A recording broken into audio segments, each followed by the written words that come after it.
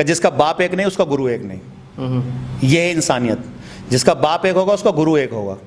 तो जिसने अपने गुरु का नाम नहीं लिया वो तो स्टूडेंट ही नहीं है, क्योंकि जिसने आपका बेस बनाया, जिसने आपको तैयार करा, जिसने आपके ऊपर इतना टाइम खराब करा है, आप उसको ही बाप नहीं मान रहे तो अपने बाप को कैसे बाप मान लोगे?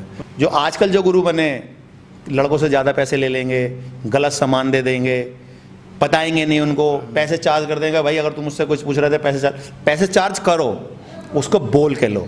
मैं आपको एक्सरसाइज कराऊंगा 10,000 रुपये लूँगा, मैं आपको सप्लीमेंट बताऊंगा 5,000 रुपये लूँगा। आप सप्लीमेंट कहीं से खरीदो, मुझे कोई दिक्कत नहीं है, मैं आपको ये बता दूंगा ये गलत है सही है, मैं आपको बता दूंगा। आप कह के लो ना, क्योंकि अगर स्कूल में बच्चा जाता है, स्कूल की फीस नहीं भरोगे तो आपके बच्चे को क्या करेंगे? वो तो स्कूल से निकाल देंगे। तो ये भी तो एक स्कूल है, यहाँ हम टीचर हैं। अगर हम क्लाइंट से पैसे नहीं लेंगे तो हमारे बच्चे कैसे पलेंगे, हमारा घर बार कैसे चलेगा? तो नमस्कार दोस्तों, आज आपका फिर स्वागत है शर्मा जी फिटनेस में। मैं आ गया हूँ पहाड़गंज फिटनेस हब जिम में। आज के एथलीट से आपको मिलाऊंगा और आपको स्टोरी पता चलेगी कि एक गुरु चेले की स्टोरी कितनी मशहूर होती है और कितनी बढ़िया होती है। जो ओरिजिनल में गुरु चेले है ना, वो स्टोरी आज आपको पता चलेगी। और आज की वीडियो देखने के बाद मैं 100% आपको गारंटी देता हूँ, आप मोटिवेट होगे। और जो भाई थाई की एक्सरसाइज नहीं करते वो थाई की एक्सरसाइज करेगा, और जिस भाई को गुरु का महत्व नहीं पता उसको गुरु का महत्व पता चलेगा। और जो पहले स्टोरी चलती थी ना कि भाई गुरु चेला जो स्टोरी चलती थी, आज आपको इस वीडियो को देखने के बाद वह भी पता चलेगा कि गुरु की लाइफ में इंपॉर्टेंस कितनी होती है। बॉडी बिल्डिंग में स्पेशली आपको गुरु कहाँ कहाँ रिक्वायर्ड होता है, वो सब चीज़ आपको आज की वीडियो में पता चल जाएगी। तो स्वागत करें हमारे वसीम भाई का। हेलो वसीम भाई। नमस्कार भाई। कैसे हो भाई आप? बढ़िया भाई। भाई शुरुआत करता हूँ बॉडी बिल्डिंग की। भाई सबसे पहले अपने गुरु का नाम बताओ, क्योंकि आज तक मैंने इंटरव्यू करा ना, मैंने शुरुआत उस बेसिस पे करी है कि भाई अपने बारे में बताओ। आज पहला इंटरव्यू ऐसा कर रहा हूँ जिसमें मैं गुरु का नाम से शुरुआत करना चाहता हूँ। मेरे गुरु जी का नाम है Shiv Kumar, world champion, any time mister India, Asia, mister railway, mister Delhi. अभी रेलवे में सर्विस करते हैं मेरे गुरु जी, बड़ौदा हाउस में, और वो अभी सर्विस वहीं कर रहे हैं। और बच्चों को अच्छी ट्रेनिंग देते हैं, उनको अपना जिम में जहाँ कोचिंग करते हैं वहाँ जितने ही बच्चे आते हैं वो उनको सीधे ही प्लेटफॉर्म पर लाते हैं बच्चों को। क्या बेटा आप मेहनत करो, फल देने वाला भगवान है, आप कितनी मेहनत करोगे उतना ही आपको फल मिलेगा। तो जितने ही बच्चे जिम में आते हैं, कुछ अच्छा वर्कआउट करते हैं, कुछ बुरा वर्कआउट करते हैं। तो अच्छे वर्कआउट करने वाले बच्चे खिल जाते हैं, जो अच्छा वर्कआउट नहीं करते वो गुरु की बुराई करते हैं कि गुरु ने हमें ये करा, गुरु ने हमें ये करा। लेकिन आप अपने गुरु के जो साथ हो, आप किस तरीके से हो। अगर आप अपने गुरु के साथ किसी लालच से हो तो आपकी तो बॉडी कभी बनेगी नहीं, क्योंकि आपको तो लालच है। अगर आपके अपने गुरु के साथ बगैर किसी स्वार्थ के, किसी लालच के हो, तो भगवान आपकी बॉडी जरूर बनाएगा, और आपका गुरु आपका भगवान है। तो भाई मैं आपसे पूछना चाहता हूँ कि जब आपने बॉडी बिल्डिंग में आए, आप पहले से तगड़े थे क्या? आपने किसको देखा भाई? पहले मैं पहलवानी करता था। पहलवानी करने के बाद फिर मैंने जब पहलवानी नहीं अफोर्ड कर पाया तो मैं सेंटर में चला जाता था एक्सरसाइज करने के लिए। तो वहाँ पे शिव कुमार जी आए, तो बहुत तगड़े थे। मैंने देखा इतना तगड़ा बंदा, भाई इसकी बॉडी कैसे बन गई, हमारी नहीं बन रही।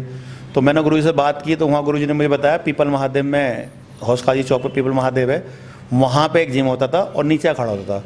तो वहाँ हमारे फादर ओमी पहलवान स्वर्गवासी वहाँ नीचे सिखाते थे अखाड़े में, और ऊपर शिव कुमार जी सिखाते थे। तो वहाँ पे मैं गुरुजी के पास जाना शुरू करा, मैंने धीरे धीरे एक्सरसाइज करनी शुरू करी। तो वहाँ से फिर एक चैम्पियनशिप आई ओपन दिल्ली नूथन मराठी स्कूल में, तो वहाँ मुझे गुरुजी ने खिलाया, तो वहाँ मेरी 5वीं प्लेस आई। फिर वहाँ से मैंने एक्सरसाइज करनी धीरे धीरे और शुरू करी। फिर मैं मिस्टर दिल्ली खेला, वहाँ मेरी 2nd प्लेस आई। फिर मैं YMC खेलने के लिए गया, वहाँ मेरा गोल्ड मेडल आया। भाई अक्सर क्या होता है कि जो शादीशुदा, आप शादीशुदा हो भाई, अक्सर मैंने देखा कि शादीशुदा होने के बाद बंदा बॉडी बिल्डिंग छोड़ देता है, और आपने कंटिन्यू रखी। भाई इसका क्या फैक्टर होता है? मतलब होता है ना कि कई लोगों का माइंडसेट ऐसा होता है कि आपको बॉडी बिल्डिंग से प्यार ऐसा है कि क्या चीज़ है भाई? नहीं, मैंने शादी के बाद बॉडी बिल्डिंग छोड़ दी थी, ये रियलिटी है। क्योंकि मेरे हालात इतने अच्छे नहीं थे कि मैं अपनी वाइफ को भी देख सकूं और बॉडी बिल्डिंग भी कर सकूं। तो मैंने काफ़ी टाइम, तकरीबन 2 साल मैंने बॉडी बिल्डिंग छोड़ी। मेरी 2001 में शादी हुई थी, 2003-4 तक मैंने बॉडी बिल्डिंग करी नहीं है। तो भाई गुरुजी बुलाते थे कि आ जा? मेरे जो गुरुजी हैं वो मुझ पर जब भी आते थे मिलने के लिए, वो मेरे पास आते थे और वो कहते हैं बेटा बॉडी बिल्डिंग कर, तू मैं हूँ, तू किसी टेंशन किस बात के ले रहा है। मैं कहता गुरुजी अभी मेरे हालात इतने अच्छे नहीं है, मैं बॉडी बिल्डिंग करूँ, क्योंकि मेरे गुरुजी ने मेरा बहुत साथ दिया था। तो फिर मैंने गुरुजी को, वो एक आते रहे, वो मैंने कहा गुरुजी आऊँगा। तो फिर कुछ टाइम के बाद मैं 2-3 दिन बाद एक सैलून पे गया बाल कटाने के लिए गुरुजी से मिलने के बाद। तो वहाँ पे एक मेरा ही फ्रेंड था, अच्छा दोस्त था मेरा, तो मैं सैंडो में था और मैं हेयर कट करा रहा था। तो वो भी उस टाइम तगड़ा था, अब तो उसने बॉडी बिल्डिंग छोड़ दी है, वो तगड़ा था। तो वो मुझे बोलने लगा कि भाई कितने ही बड़े हो जाते रहते नीचे ही हैं। तो मैंने उसको बोला तू किसको बोल रहा है? तो उसने बोला तुझे बोल रहा हूँ मैं, और तू हमारा ये है और तू हमारे नीचे ही रहेगा। अब शब्द यूज़ किए उन्होंने। हाँ हाँ बिल्कुल, वो मैं आपके इसमें नहीं बोल सकता। तो मैंने उसको बोला कि भाई मेरी बात सुन, आज की डेट लिख ले, जो भी डेट है, आज की डेट के बाद अगले साल जो भी चैंपियनशिप होगी उसके अपने वेट का चैंपियन होगा वसीम। अच्छा। ये लिख ले। तो उसके बाद 2005 में YMC चैंपियनशिप हुई थी, तो वहाँ मैं 80 किलो में खिला था, तो मेरा वहाँ गोल्ड मेडल आया था। तो मेरे गुरुजी ने मुझे बहुत मेहनत कराई थी उसमें। जब मैं गुरुजी के पास पहुँचा, मैंने उनको बताया कि गुरुजी ऐसे ऐसे बात है। तो उन्होंने मुझे बोला बेटा तू टेंशन मत ले, तू तगड़ा है और तू चैंपियन है, चैंपियन बनेगा। तो वहाँ से जब मैं चैंपियनशिप जीत के आया, तो मेरे गुरुजी ने इतना खुश थे कि मुझे अजमेरी गेट से और मेरे घर तक वो मुझे बस सिर्फ टी-शर्ट उतार के पजामे में हार पहना के मुझे लेके गए। और वो मैंने आज तक इतना नाचते हुए नहीं देखा गुरुजी को जितना वो नाचे थे। उन्होंने ढोल को बुलाया, खूब नाचे। तो वो ये उन्होंने, मैंने उनसे बाद में पूछा, मैंने गुरुजी ये क्या बेटा, जो लोग बोलते हैं ना वो कुछ नहीं करते, जो करने वाले होते हैं बोलते नहीं। तो आपने बोला नहीं, करके दिखाया, लोगों का मुंह बंद करा। तो बस गुरुजी का आशीर्वाद है, शिव कुमार जी का, तो उन लोगों का मुंह बंद कर दिया। अच्छा भाई, एक चीज़ और भाई, मतलब ये ना बड़ी इंटरेस्टिंग है भाई। अक्सर आपने देखा होगा लोग रोक के चलते हैं यार, ये नहीं खाना, या स्टेज पे ही मीठा, उससे पहले मीठा खिलाते हैं। आपके साथ कुछ है भाई ऐसा कि कितनी आइसक्रीम खा लेनी या कुछ भी ऐसा खा लेना? आपका फेवरेट स्वीट, अगर मैं स्वीट में बात करूँ तो फेवरेट क्या चीज़ है भाई? मैं मिल्क केक बहुत खाता हूँ और आइसक्रीम भाई। अच्छा। ऐसा कुछ भी नहीं है। गुरुजी ने तो हमसे कह रहा था बेटा क्या खाएगा, हम तो गुरुजी से कहते थे जो तुम खिलाओगे वो खिला दोगे। तो मैं जब YMC खेलने के लिए गया था, तो मेरे गुरुजी ने मुझसे बोला तू क्या खाएगा भाई? मैंने गुरुजी मैं आइसक्रीम खाऊंगा। तो जब प्री जजिंग हो गई उसके बाद मुझे बाहर लेके गए और आइसक्रीम वाले की दुकान पे 5 मिनट तक खड़े रहे। अच्छा। मेरे दिमाग में मैंने क्या, ये वैसे ही मुझे खिलाएंगे नहीं, और ऐसे ही खड़ा कर लिया उन्होंने लाके। तो भाई गुरुजी खा रहे थे क्या? नहीं, वो वहाँ पे मैं खड़े थे दोनों। तो 5 मिनट के बाद उन्होंने एक कसाटा लिया और मुझसे बोले ये खा ले। अच्छा। अब मैं उनसे कुछ ये भी नहीं बोल पाया कि इसमें होगा क्या। अच्छा। तो मैं वो खा के खुश हो गया। तो उसके बाद जब हम अंदर दोबारा चैंपियनशिप शुरू हुई, मैं वहाँ पे गया और मेरा गोल्ड मेडल आया। तो उसके बाद मेरे गुरुजी ने बोला अब बता क्या खाएगा। अच्छा। तो तब भी मैंने उनसे ये सवाल करा, मैं आइसक्रीम खाऊंगा। अच्छा। कि खा ले जितनी खानी है। तो भाई कितनी आइसक्रीम खाई भाई उसके बाद? खा लूँगी 10-15। अच्छा भाई। हाँ। 10-15 आइसक्रीम खत्म भाई। भाई अच्छा, मैं एक चीज़ और पूछूंगा कि जैसे आइसक्रीम तो एक अलग बात है, और मैं अभी के करंट की बात करूँगा, मैंने कितने इंटरेस्ट करे तो उसमें लोग क्या करते हैं कि जब वेट तोड़ना होता है, मैं वेट डाउन कि आपके कुछ दिन कंपटीशन के रह गए, तो आपका वाटर रिमूव करते हैं, लेक्सेस देते हैं, बहुत चीज़ देते हैं, डायरेटिक्स यूज़ करते हैं। आपके टाइम में कैसे ये चीज़ रहती थी भाई? नहीं, वो तो देखो आपका सबका अपना अपना फंडा है। हमारे गुरुजी ने कभी भी हमें इन चीज़ों पर लाया नहीं। उन्होंने हमेशा यही बात बोली कि आप वर्कआउट करो, बस वाटर निकालना या कार्ब बंद करना ये कुछ नहीं है। आपका वर्कआउट डिपेंड करता है आप कितना अच्छा वर्कआउट कर रहे हो। अगर वाटर ज़्यादा बॉडी में होल्ड हो रहा है या वाटर उनको निकालना, तो हमें सन बात देते थे, आप धूप में लेटो जाके। हमने 1-1 घंटा 2-2 घंटा, जून में सड़ी हुई गर्मी जो आदमी 5 मिनट खड़ा नहीं हो सकता, हमने 1-1 घंटा तो ऊपर जून में धूप ली है। क्योंकि पहले तो कंपटीशन इतने होते नहीं थे, पहले तो गिने चुने कंपटीशन होते थे। YMC और दिल्ली स्टेट, दिल्ली में 2 ही चैंपियनशिप थी। आज तो हर दूसरे दिन कंपटीशन हो रहा है। कोई वर्ल्ड चैंपियनशिप करा रहा है, कोई मिस्टर इंडिया करा रहा है, कोई कुछ करा रहा है, कोई कुछ करा रहा है। आज तो हर दूसरे दिन है, तो खेलने वाले खिलाड़ी भी ज़्यादा हैं। आपका वर्कआउट किस हिसाब से रहता था भाई? देखो आप अगर कोई बच्चा नया आ रहा है, उसको कम से कम 1 से 2 महीने वर्कआउट देखो कैसा कर रहा है वो, उसमें नेचुरल कितनी स्ट्रेंथ है, कितना वेट उठा रहा है, कितने रेपिटेशन कर रहा है, कितनी देर में थक रहा है। अब आप वो आएगा, आप प्रोटीन दे दोगे तो उसकी नेचुरल जान तो पता ही नहीं आपको क्या है। आप उसको बोलोगे ओट्स खा ले, उसको पता ही नहीं है क्या है। आप उसकी रोटी जब बंद करा दोगे, वो वर्कआउट कैसे करेगा? क्योंकि भाई जान तो चाहिए। बॉडी बिल्डिंग जान का खेल है, जान और दिमाग का खेल है। जब आपका दिमाग और जान ही नहीं लगाएगा, वो तो एक डिपेंड हो गया, मैं प्रोटीन खाऊंगा मेरी बॉडी बन जाएगी। भाई प्रोटीन खाने से तो बॉडी बनती नहीं है। ये मल्टीविटामिन खाएगा बॉडी बन जाएगी, उससे तो बॉडी बनती नहीं है। ओट्स खाने से भी बॉडी नहीं बनती है। बॉडी बनती है हार्ड वर्क करने से। आप अपने जिम में कितना हार्ड वर्क कर रहे हो, कितने रेपिटेशन कर रहे हो, कितनी वेट उठा रहे हो। अब बहुत से बच्चे जिम में आते हैं, वो 5 किलो वेट उठाते कहते हैं गुरुजी हमसे उठ ही नहीं रहा। और बहुत से लड़के ऐसे थे 50 किलो की कर्लिंग मारते हैं। तो 5 किलो और 50 किलो वाले का तो मुकाबला है ही नहीं। क्योंकि लेकिन हम उस 50 वाले के भी ये कहते हैं भाई आप रेपिटेशन ट्रेन करो, आप वेट की तरफ मत भागो, आप उतना वेट डिफेंड करो जिससे आपसे 10 रैप, 15 रैप, 20 रैप आप मार लो। आप 5 रैप की तरफ मत जाओ, आप तरीके से बॉडी बिल्डिंग करो, जो बॉडी बिल्डिंग का तरीका है। भाई अच्छा, मैं ये कहता हूँ भाई ये गधे घोड़े की गेम नहीं है। आपको इस फर्क समझना है कि गधा क्या करता है, घोड़ा क्या करता है? देखो गधा जो है उसको एक जंगल में छोड़ दो आप, वो जहाँ तक उसको हरियाली दिखेगी वो सब खा जाएगा, क्योंकि वो गधा है। घोड़ा उतना ही खाएगा जितनी उसकी जरूरत है, क्योंकि वो घोड़ा है। तो बॉडी बिल्डिंग गधों का गेम नहीं है, बॉडी बिल्डिंग इंसानियत का गेम है और डिसिप्लिन का गेम है। आप अपना मन और दिमाग दोनों शांत रखो, जो तुम्हारे गुरु ने तुम्हें बोला है उस पर भरोसा करो, अपने गुरु पे पूरा भरोसा करो, क्योंकि कोई भी गुरु गलत नहीं होता है। जो गुरु गलत होगा वो सिर्फ पैसे उतारता है, अच्छा गुरु कभी गलत नहीं होगा। वो आपको गाइड बिल्कुल बढ़िया डाइट करेगा, बढ़िया बताएगा, बेटा ऐसे खाओ, ऐसे करो, ये करो, वो करो। वो अच्छे गुरु की निशानी है। तो आप कहीं भी जिम में जाओ, आप जल्दी किसी पे भरोसा मत करो, आप उसको परखो, समझो वो गुरु के लायक है नहीं है। क्योंकि बॉडी बिल्डिंग अब ऐसा गेम हो चुका है, कोई भी गुरु बन जाता है, कोई भी गुरु नहीं बन सकता। दुनिया शिव कुमार नहीं बन सकती है, लेकिन एक शिव कुमार 1000 वसीम बना सकता है। 1000 वसीम बन के एक शिव कुमार नहीं बना सकते, ये सच्चाई है, इसको आपको मानना पड़ेगा। भाई मैं मानता हूँ। और एक चीज़, अगर आपको यहाँ पे फोटो आ रही होगी तो दोस्तों आप एक चीज़ देखना सर, मैं ये चीज़ मानता हूँ कि जो थाई शिव कुमार जी की थी वो मैंने आज तक नहीं देखी। और मेरे को ये भी पता है कि जब शिव कुमार जी कंपटीशन खेलते थे तो उनकी थाई का कंपैरिजन नहीं था। और सेम मैं आपका देख रहा हूँ कि आपकी भी थाई बिल्कुल उसी तरह जैसे शिव कुमार जी की वैसी है।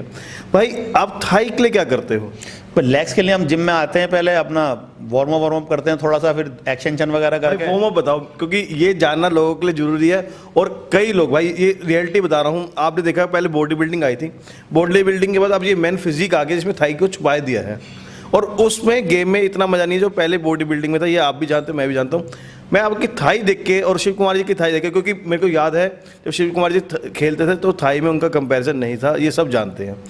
उसी चीज़ पे, उसी बिहाफ पे मैं लोगों को बताना चाहता हूँ कि थाई असल में शुरुआत कैसे होती है थाई की? आपकी थाई की जो प्रैक्टिस होती है वो शुरू कैसे होती है भाई? थाई में जब हम वार्म अप करते थे, गुरु जी हमसे कहते 1000 बैठक लगा ले बेटा, 1500 लगा ले। अच्छा, तो तब तो वार्म अप होता था वो 1000-1500 बैठक लगाने के बाद। अच्छा हमने पूछा गुरु जी 1000 बैठक मार ली, तो बेटा एक काम करो, 4 फुल स्क्वाट्स लगा लो 20-20 रैप के, वो लगा लिए। अब क्या करना है गुरु जी? बेटा 4 हैक लगा ले 20-20 रैप, वो कर लिया।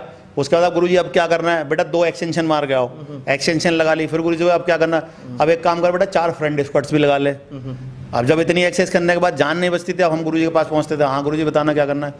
बेटा 200 बैठक लगा ले, चल एक काम कर। उसके बाद भी भाई? हाँ उसके बाद भी। तो हमारे गुरु जी क्या करते थे, हमें फ्री स्क्वाट ज़्यादा कराते थे। वेटेड स्क्वाट जब लाते थे, जब पूरा हम निचल जाते थे कि हाँ भाई अब लौंडे ने 1000-1500 बैठक कर लिए और अभी ये जब जाएगा तो अभी वेट स्क्वाट्स करेगा। तो कभी हमसे वो ये नहीं कहते थे बेटा कितना वेट लगाएगा, हम खुद डिसाइड करते थे वेट।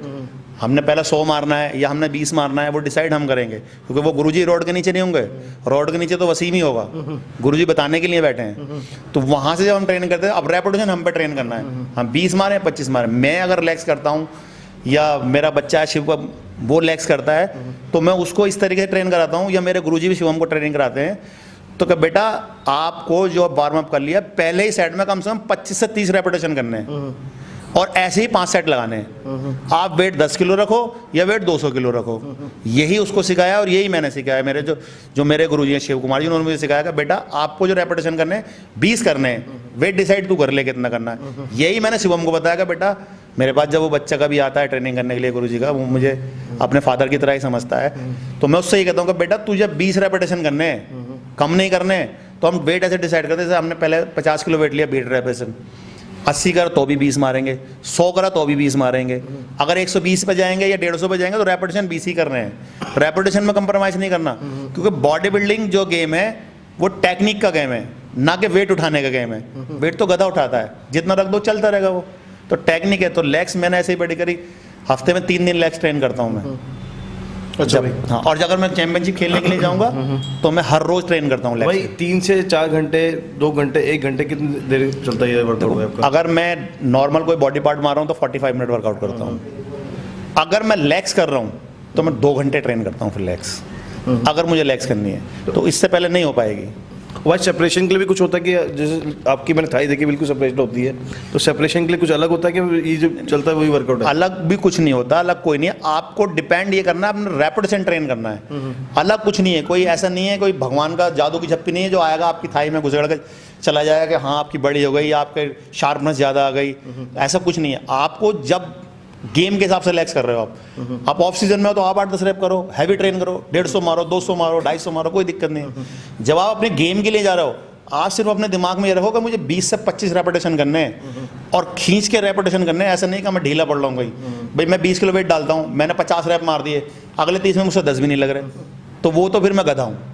अगर मुझे इंसानियत के तरीके से और दिमाग से बॉडी बिल्डिंग करनी है तो फिर बॉडी बिल्डिंग का असूल ये है कि आप वेट बढ़ाओ लेकिन रेपिटेशन कम मत करो। तो अगर आप में दम है वेट बढ़ा कर रेपिटेशन करने का तो आप बढ़ाओ, वरना भाई एक ही वेट से ट्रेन करो उसको। ये इसी से आपकी थाई अच्छी हो जाएगी। आजकल के बच्चे को क्या है, किसी बच्चे को बोलते लेग्स कर ले बेटा, अरे गुरुजी आज तो घुटने में दर्द है, वरना वो जिम ही नहीं आएगा, तो कहाँ से लेग्स बनेगी। ये भाई अच्छा, मैं फूड को लेकर बात करता हूँ भाई। अब तो आपको पता है कि आपने बहुत सन 2000 से देखते आ रहे हो बॉडी बिल्डिंग को। अब की और जो पहले का टाइम था, डाइट को अगर मैं बात करूं, पहले आपकी डाइट क्या होती थी, और अब आप तो पता है आपको बहुत फैंसी डाइट्स आ गई हैं कि यार ये खाना है, ये नहीं खाना, ये खाना तो वो नहीं खाना। आपके टाइम में डाइट कैसे रहती थी भाई, मतलब आपके गुरुजी की डाइट कैसे बताते थे आपको? देखो डाइट का तो हमारे गुरुजी ने ये कहते थे, बेटा आप क्या खा रहे हो, आप कर क्या रहे हो, आप वो देखो।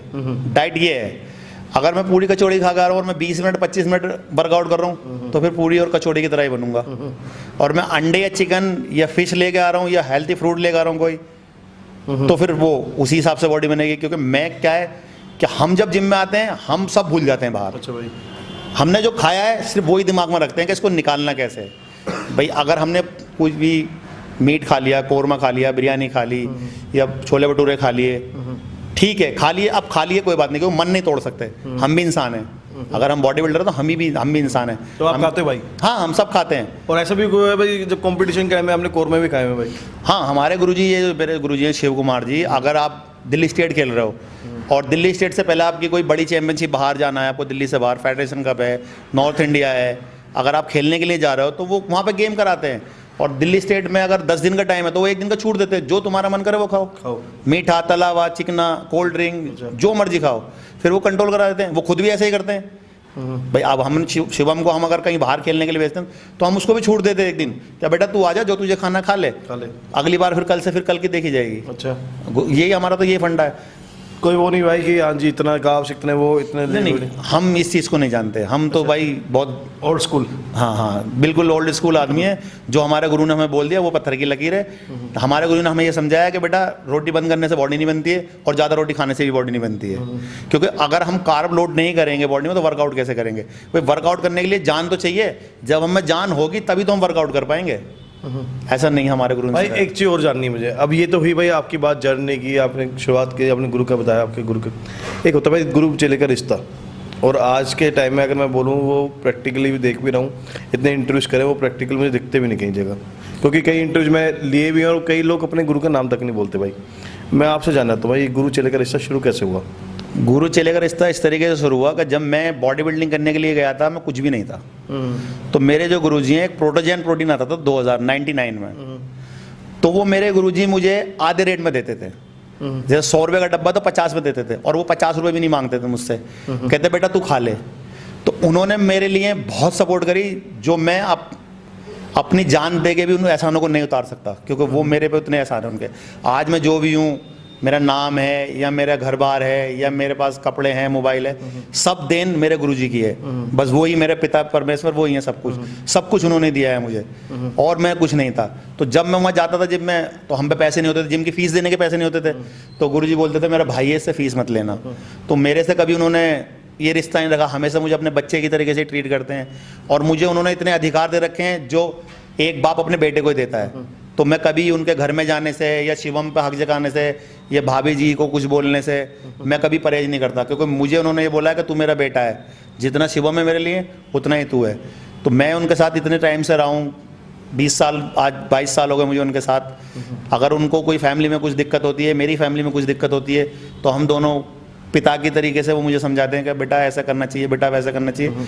अब रही आज के बच्चों की बात, जो आज के गुरु चेले का रिश्ता है, आज ना तो वैसे गुरु हैं और ना वैसे चेले हैं। जो उस टाइप के गुरु हैं, जो नए गुरु बने, जो कहीं भी चैंपियनशिप खेल के आते हैं और कहते हैं भाई हमने वहाँ जीता है, अच्छी बात है आपने जीता है। हम किसी को ये नहीं कहते कि आप IBF में खेलो आगे, हम किसी से ये भी नहीं कहते आप किसी और फेडरेशन में।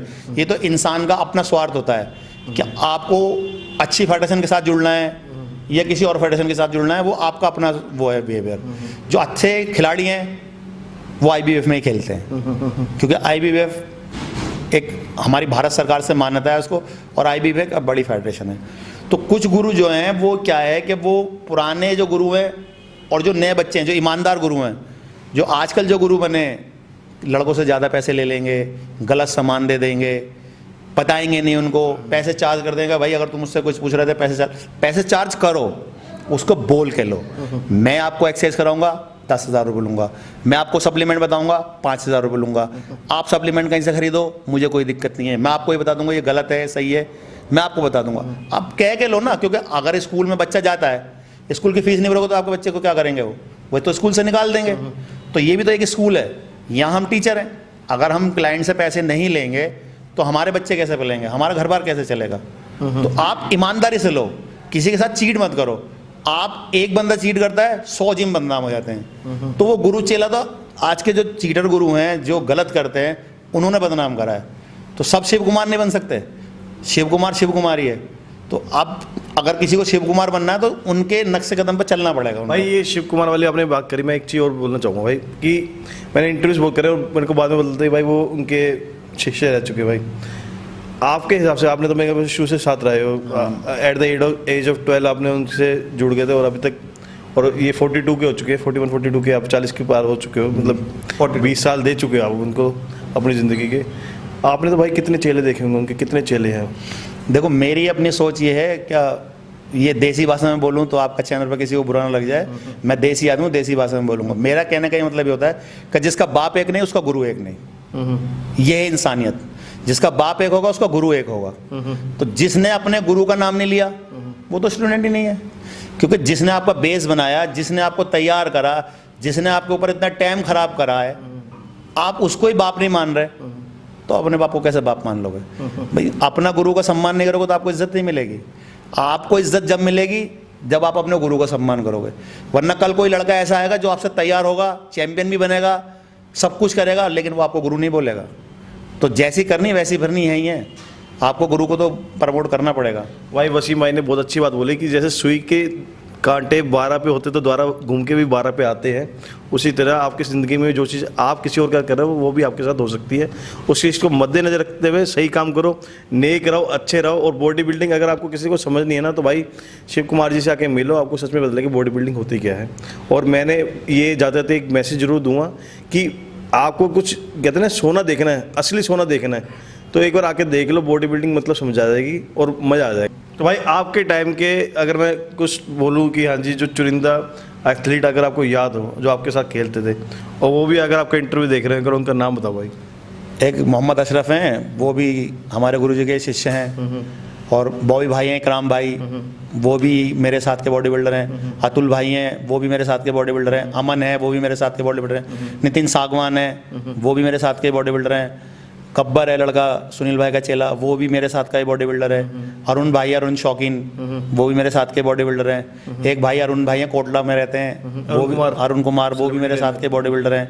और इधर एक तहसीन लड़का था, एक पुरानी दिल्ली का, वो भी हमारे साथ का। एक शोएब और असलम दोनों भाई थे, वो भी हमारे साथ करते थे। एक साजिद है, उसका भाई सलमान था, वो भी हमारे साथ बॉडी बिल्डिंग करते थे। एक और लड़का चूड़ीवरान में का था, सलमान। एक वसीम खान, वो सॉरी वसीम मेरा तो जोड़ीदार ही है, मैंने काफ़ी टाइम वर्कआउट साथ करा है। हाँ वसीम खान, और बॉडी बिल्डिंग भी एक साथ ही करी है, एक ही वेट में खेले हैं। वो मेरे बड़े भाई हैं और एक साथ ही हमने बॉडी बिल्डिंग करी है। बाकी तो आते रहते हैं लड़के, जाते रहते हैं, लेकिन पुराने लड़के जो हैं, जो पुराने लड़कों में बातचीत है वो आज के खिलाड़ियों में नहीं है। अच्छा भाई, इतने एथलीट का आपने कंपटीशन खेला, आपने इतने बड़े बड़े एथलीट के नाम सुना है भाई, कभी आपने सोचा आप शर्मा जी फिटनेस पे आओगे? नहीं, मैंने कभी ऐसा नहीं सोचा था। शर्मा जी आपकी बहुत बहुत मेहरबानी। आप नहीं भाई इसी नोट पे मैं करता हूँ वीडियो को एंड। मिलता हूँ अगली बार एक नए एथलीट का। Till then take care, bye bye.